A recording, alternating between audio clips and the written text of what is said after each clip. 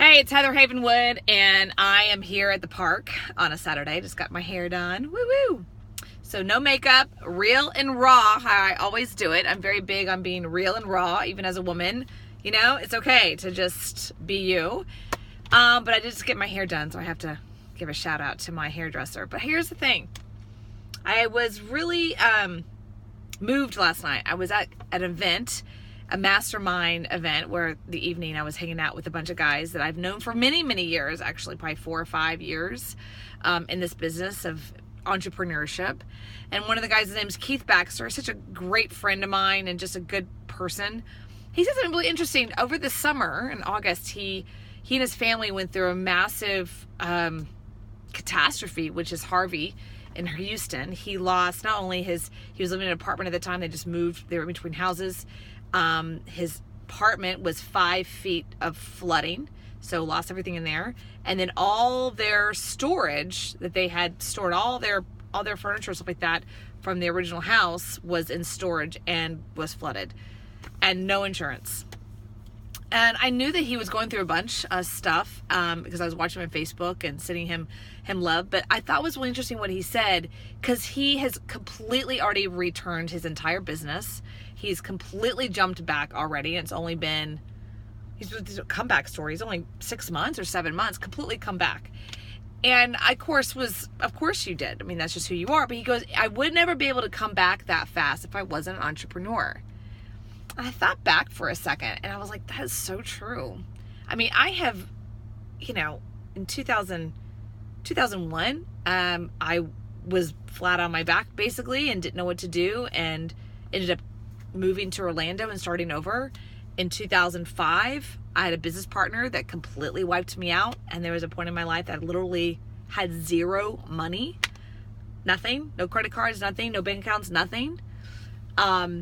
Completely wiped out, bankruptcy and foreclosure, and that one took a while for me to overcome, but I did. Here I am in my beautiful Lexus in Austin, Texas, living the place I wanted to live, the car that I wanted, the business I created.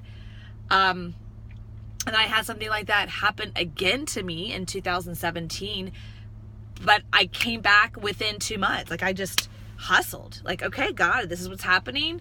Hustle, let's do this. And there is something about being an entrepreneur that gives you this kind of hustle. And it's so true.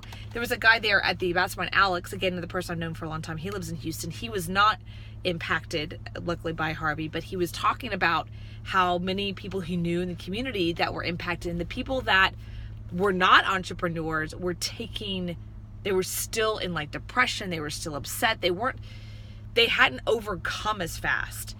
And it was just such a great conversation to talking to these entrepreneurs, because I was like, it's so true. When you're an entrepreneur, you're just kind of used to getting hit and you just get back up. It's like being a football player. If I was playing for the Cowboys, Jerry Jones, I wouldn't go to Jerry Jones and say, yo, Jerry, I want to play, but I don't want to get hit today. He'd be like, get off my sideline, give me back my jersey and my millions of dollars I gave you.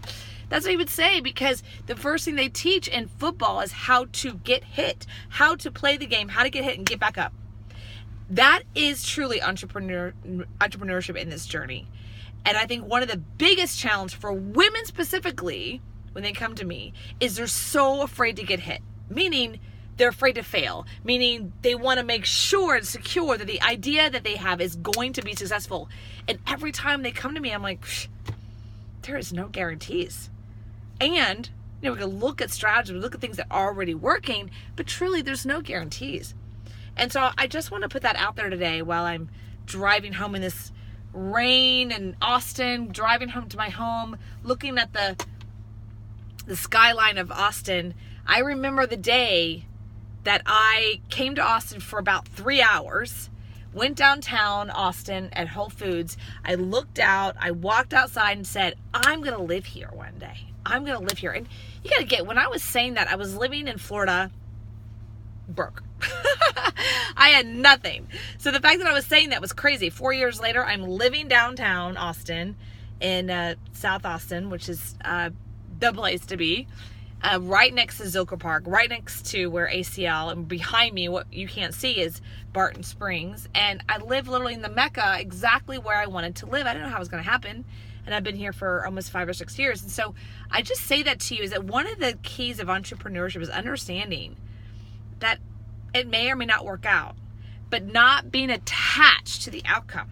Desiring is acquiring in many ways. Understanding, allowing yourself to desire and go after what you want, and trying.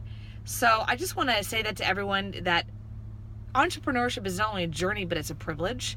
It is an honor for me to call myself an entrepreneur. It's truly an honor.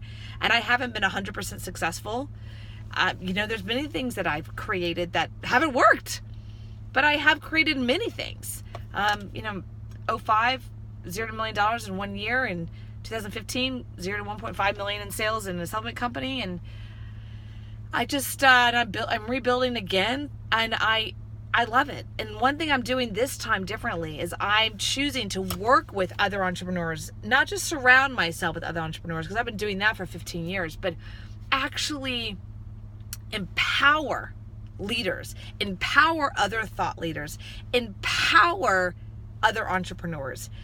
A master told me once, there's one thing to be a student, but the next level for that is to teach. The next level of that is to empower other leaders. It's one thing to be a leader. It's another thing to empower other leaders. That truly is becoming the piece of mastery. And that's what I'm taking on in 2018 and beyond, which I'm empowering other entrepreneurs, and specifically female entrepreneurs, because my mission is that every woman on the planet is financially self-sufficient no matter her age. So I just want to share that with you. I'm going home from my awesome hair job. And if you like, don't like. Thanks.